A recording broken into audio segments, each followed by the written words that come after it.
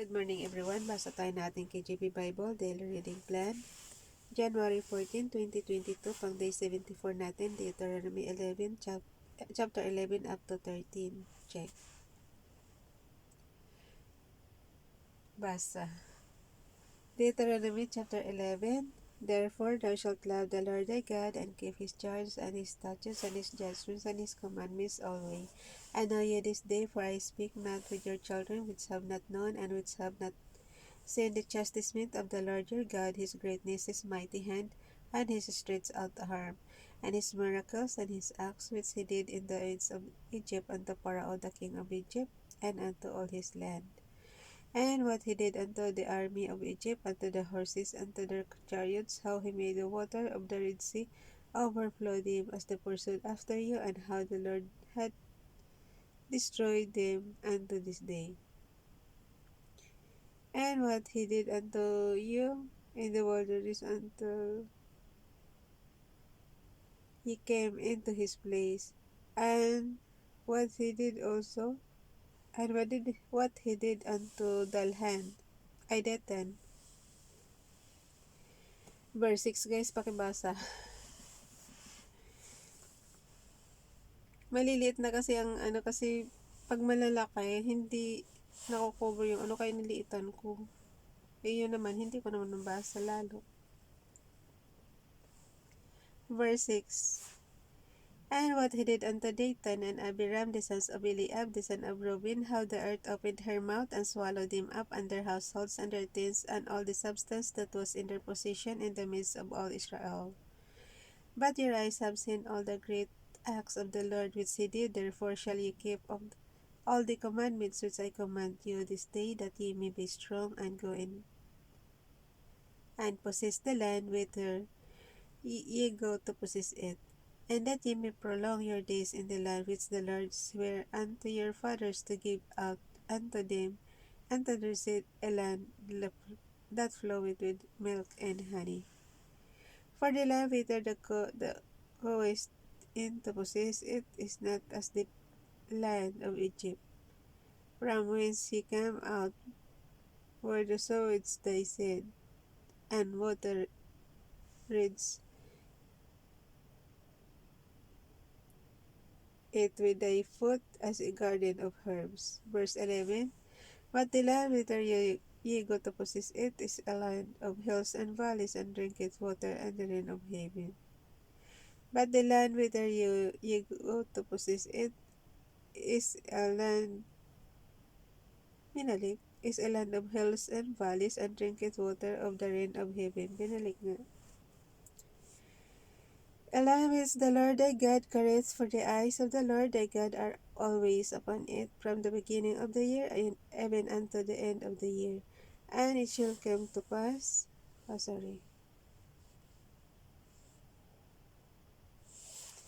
And it shall come to pass, if ye shall hearken diligently unto my commandments which I command you this day, to love the Lord your God, and to serve him with all your heart and with all your soul, that I will give you the rain of your land in his due season, the first rain and the latter rain, that thou mayest gather in thy corn and thy wine and thine oil.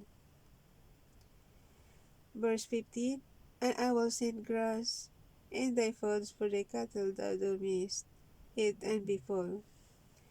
Take heed to yourselves that your heart be not deceived, and ye turn aside and serve other gods and worship them.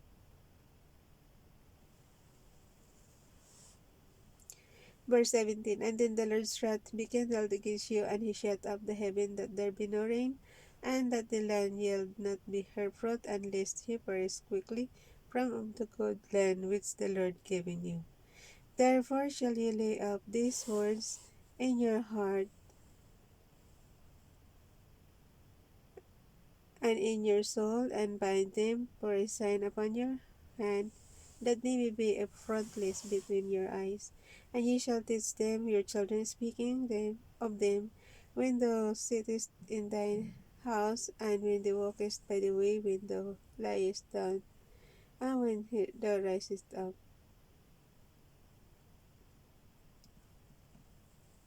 Verse 20. And thou shalt write them upon the doorpost of thine house, and upon thy gates, that your days may be multiplied, and days of your children in the land which the Lord sware unto your fathers to give them as the days of heaven upon the earth. Verse 22. For if you shall diligently keep, alam niyo guys, napipikit na yung mata ko, antok na antok. For if ye shall diligently keep all these commandments which I command you to do them, to love the Lord your God, to walk in all his ways, and to cleave unto him, then will the Lord drive out these nations from before you, and ye shall possess greater nations and mightier than yourselves. Every place whereon the soles of your feet that treads. Sorry.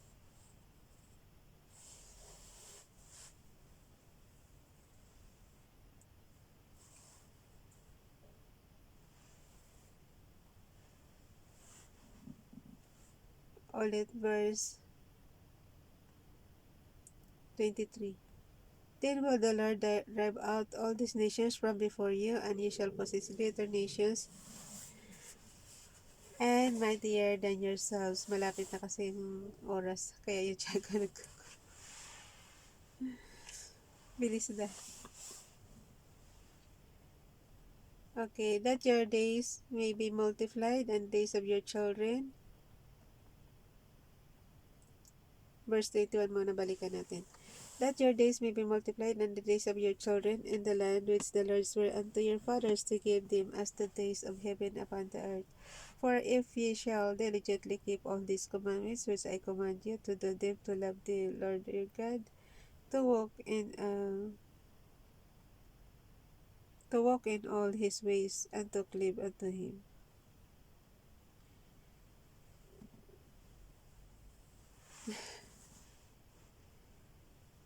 Antok na kasi. Then will the Lord drive out all these nations from before you, and ye shall possess greater nations and mightier than yourselves. Every place whereon the soles of your feet shall tread shall be yours. From the wilderness and Lebanon, from the river Euphrates pala. Even unto the uttermost sea shall your coast be. There shall no man be able to stand before you, for the Lord your God shall lay the fear of you and the dread of you upon all the land that ye shall tread upon, as the hath said unto you. Behold, I set before you this day a blessing and a curse, a blessing if ye obey the commandments of the Lord your God, which I command you this day, and a curse if ye will not obey the commandments of the Lord your God, but turn aside out of the way which I command you this day, to go after their gods which ye have not known. Verse 29. And it shall come to pass, when the Lord thy God had brought thee in unto the land whither thou goest to possess it, and thou shalt put the blessing upon Mount Gerizim, and the curse upon Mount Ebal.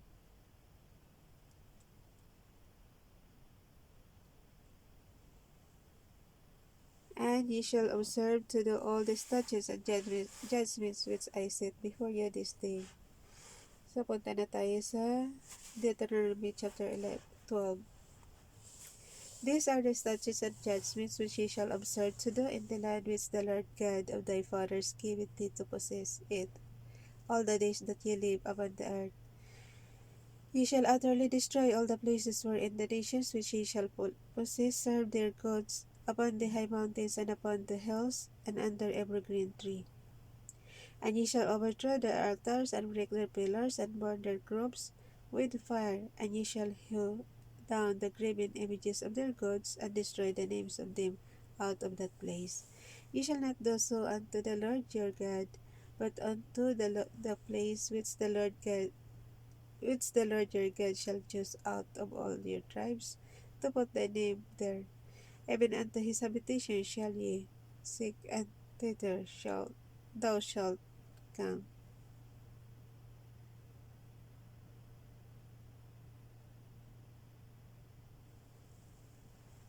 Mali na ako ng binasa, guys.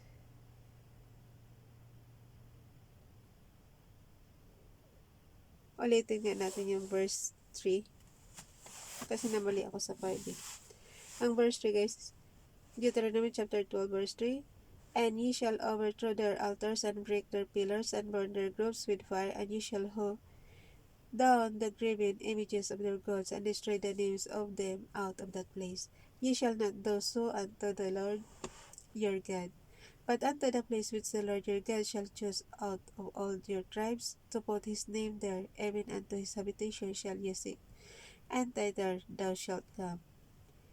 And thither ye shall bring your burnt offerings and your sacrifices and your tithes and heave offerings, and you have your hand and your vows and your freewill offerings and the firstlings of your herds and of your flocks.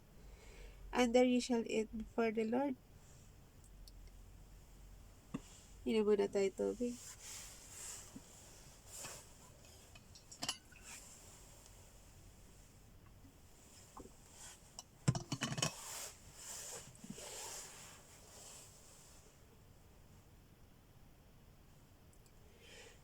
And there ye shall eat before the Lord your God, and ye shall rejoice in all that ye put, sa verse 7 yan ha, ye put your hand unto ye and your households wherein the Lord thy God had blessed thee. Ye shall not do after all the things that we do here this day, every man whatsoever is right in his own eyes.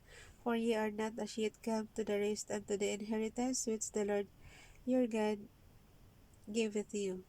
But when ye go over Jordan and dwell in the land which the Lord your God giveth you to inherit, and when they giveth you rest from all your enemies around about, so that ye dwell in safety. And there shall be a place which the Lord your God shall choose, because to choose to call his name, to dwell there. Basahin nyo rin, guys, yung inyong KJV Bible, please. Tulungan nyo si Rob. Thither shall ye bring all that I command you, your burnt offerings,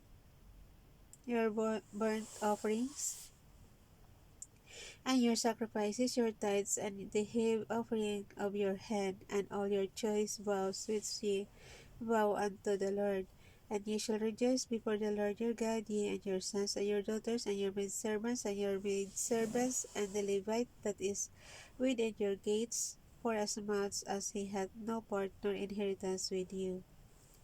Take heed to thyself that thou offer not thy burnt offerings in every place that thou seest,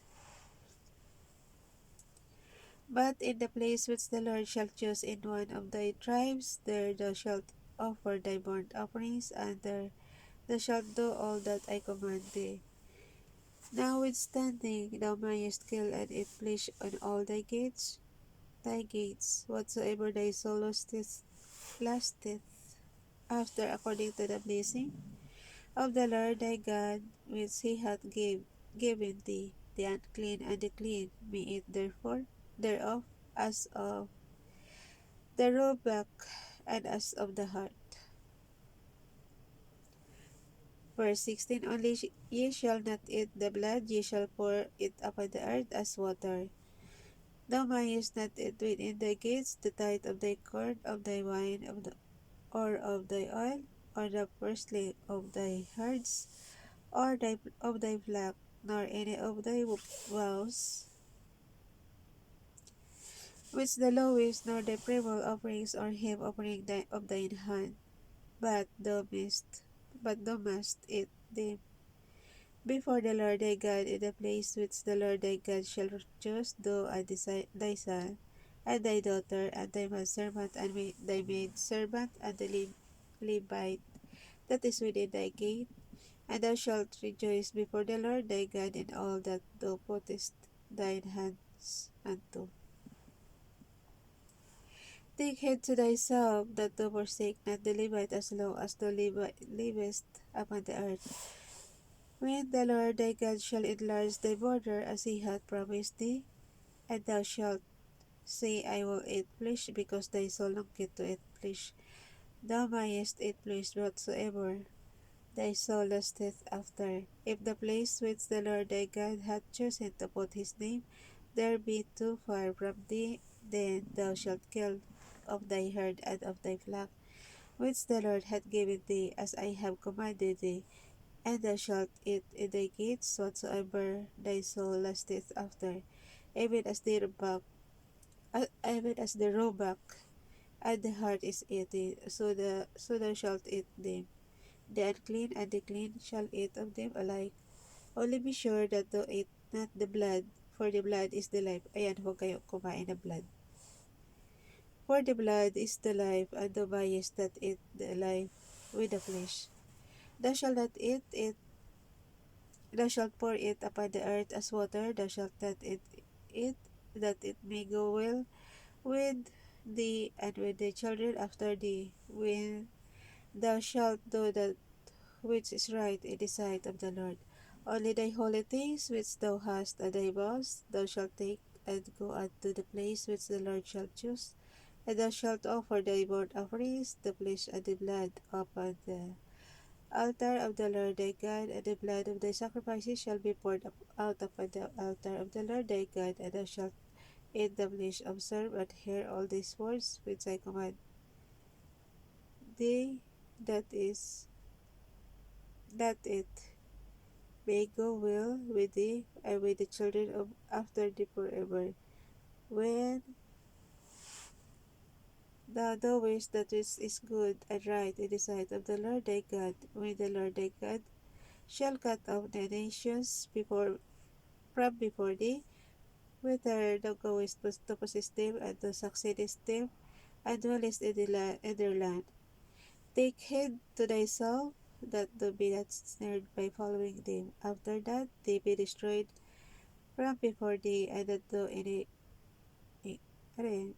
inquire not after their gods, saying, how did these nations serve their gods? Even so will I do likewise. Thou shalt not do so unto the Lord thy God, for every abomination to the Lord which he hath have they done unto their gods, for even their sons and their daughters they have burned in the fire to their gods.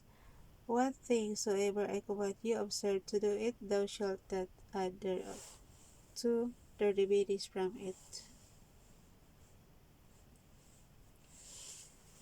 Last chapter. Wait lang.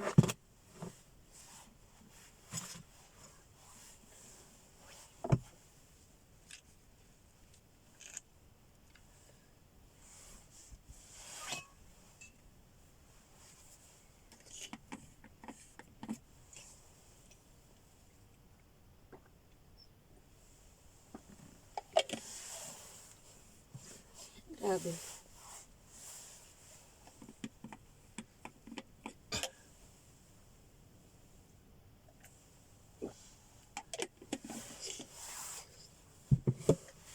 Guys, pagkagising nyo ba, hindi kayo hirap mag-ano? Ako hirap na hirap eh. Ang hirap magbalik ng boses sa umagang-umaga. Ayan. Dapat ngayon, ganyan pa lang ang ano natin. Pero bilisan na natin. If there arise among you, Deuteronomy chapter 13, bilis na.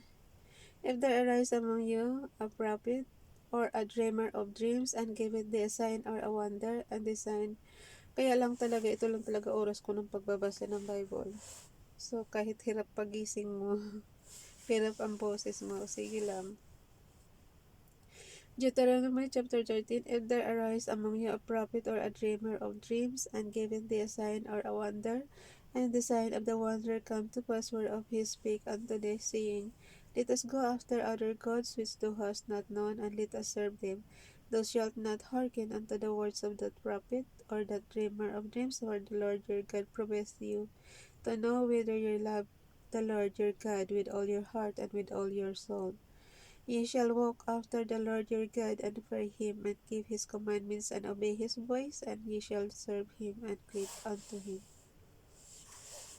Verse 5, and that prophet of the dreamer of dreams shall be put to death, because he hath spoken to turn you away from the Lord your God, which brought you out of the land of Egypt, and redeemed you out of the house of bondage to thrust thee out of the way which the Lord thy God commanded thee to walk in. So shalt thou put the evil away from the midst of thee. If thy brother, the son of thy mother, or thy son, or thy daughter, or the wife of thy bosom, or thy friend, which is as thine own soul, entice thee secretly, saying, Let us go and serve other gods which thou hast not known, thou nor thy fathers, namely of the gods of the people which are round about you, nigh unto thee, or far off from thee, from the one end of the earth even unto the other end of the earth. Thou shalt not consent unto him, nor hearken unto him, neither shall thine eye pity him, neither shalt thou spare, neither shalt thou console him, but thou shalt surely kill him. Thine hand shall be first upon him to put him to death, and afterwards the hand of of all the people. And thou shalt stone him with stones, that he die, because he hath sought to thrust thee away from the Lord thy God, which brought thee out of the land of Egypt, from the house of bondage. And all Israel shall hear that fear, and shall do no more any such wickedness as this is among you. If thou shalt hear say in one of thy cities, which the Lord thy God hath given thee to dwell there, saying, Certain men, the children of Belial, are gone out from among you, and have withdrawn the inhabitants of their city, saying, Let us go and serve other gods, which ye have not known. Then shall thou inquire, and make search, and ask diligently, and behold, if it be truth, and the thing certain, that such abomination is wrought among you. Thou shalt surely smite the inhabitants of that city. Uh, verse 15. Thou shalt surely smite the inhabitants of that city with the edge of the sword, destroying it utterly, and all that is therein, and the cattle thereof with the edge of the sword. And thou shalt gather all the spoil of it into the midst of the street thereof, and shalt burn with fire the city, and all the spoil thereof every whit of the Lord thy God, and it shall be an heap forever. It shall not be built again, and there shall be cleaved out of the cursed thing to thine hand, that the Lord may turn from the fierceness of his anger, and show thee mercy, and have compassion upon thee, and multiply thee as he hath sworn unto thy fathers. Last verse, verse 18.